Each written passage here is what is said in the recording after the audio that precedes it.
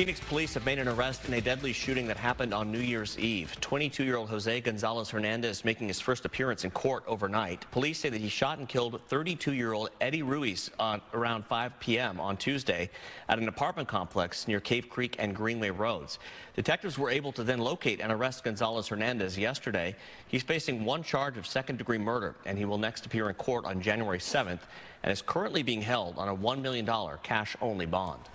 A man is fighting for his life after a late-night shooting in Phoenix. It happened around 9 last night near 52nd Avenue in McDowell.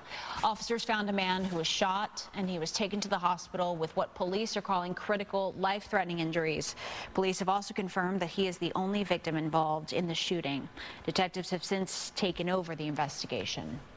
New details about the driver of the Cybertruck that exploded outside of a Trump hotel yesterday. Las Vegas police say the suspect has ties to Colorado Springs, Colorado. Fox's Kennedy Hayes is outside the home under investigation tonight. So, Kennedy, the suspect lived there, right? Hi, Mark and Christina. Well, the FBI says they do believe that this home here behind me has ties to the suspect. Las Vegas police also saying today at a press briefing they were able to track the truck from Colorado to Las Vegas, and they learned that the suspect shot himself before the explosion. Are you comfortable now calling this a suicide mission? The question is, am I comfortable calling it a suicide mission? I'm comfortable calling it a suicide with the bombing that occurred immediately thereafter. I'm not giving it any other labels.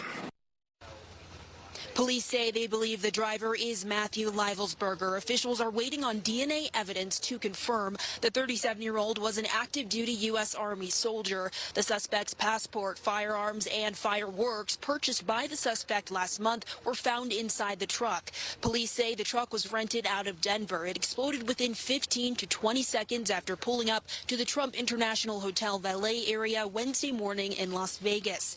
Livelsberger was killed and 7 others were injured.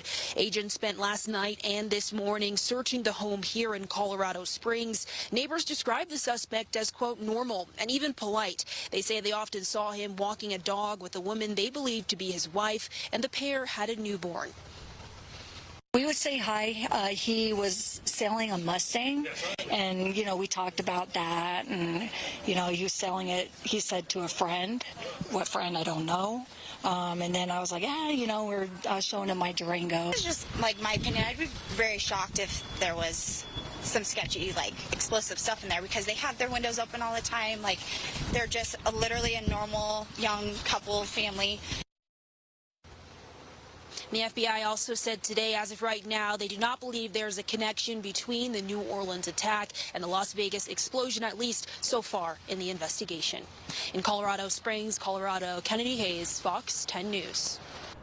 Kennedy, thanks. The House and Senate are set to meet for a joint session of Congress on Monday. But if the House does not vote for a speaker on Friday, that session might not happen. Chad Pergram has more from Capitol Hill. The 119th Congress is set to begin Friday, but the House of Representatives can't function until members elect a speaker. President Trump is the coach. He asked for Speaker Johnson to remain the speaker, and we should listen to the coach and go about enacting the play. Incumbent House Speaker Mike Johnson is on the ballot, but his road to re-election could face challenges. Speaker Johnson is not able to govern and is not actually willing to commit to do his constitutional duty. We have a Titanic on the crash course with the iceberg, and our country fiscally is going to have a disaster. Republicans have a razor-thin majority in the House. Just a few no's from Republicans could put Johnson's grasp on the gavel at risk. It's a numbers game. We have the smallest margin in U.S. history. We'll have a margin of probably 2 votes tomorrow during that, so can only afford to lose 1 or 2. But I think we'll get it done. Since Johnson's tenure began, some House Republicans have been disappointed with his decisions. Fox has told more than 10 conservatives could vote for someone else. So we have to all come together and get on board here with President Trump and the America First agenda. And with Democrats most likely voting for Minority Leader Hakeem Jeffries as Speaker, we could see another protracted leadership fight when the voting starts. If Johnson does not get enough votes, the House must proceed to a second ballot.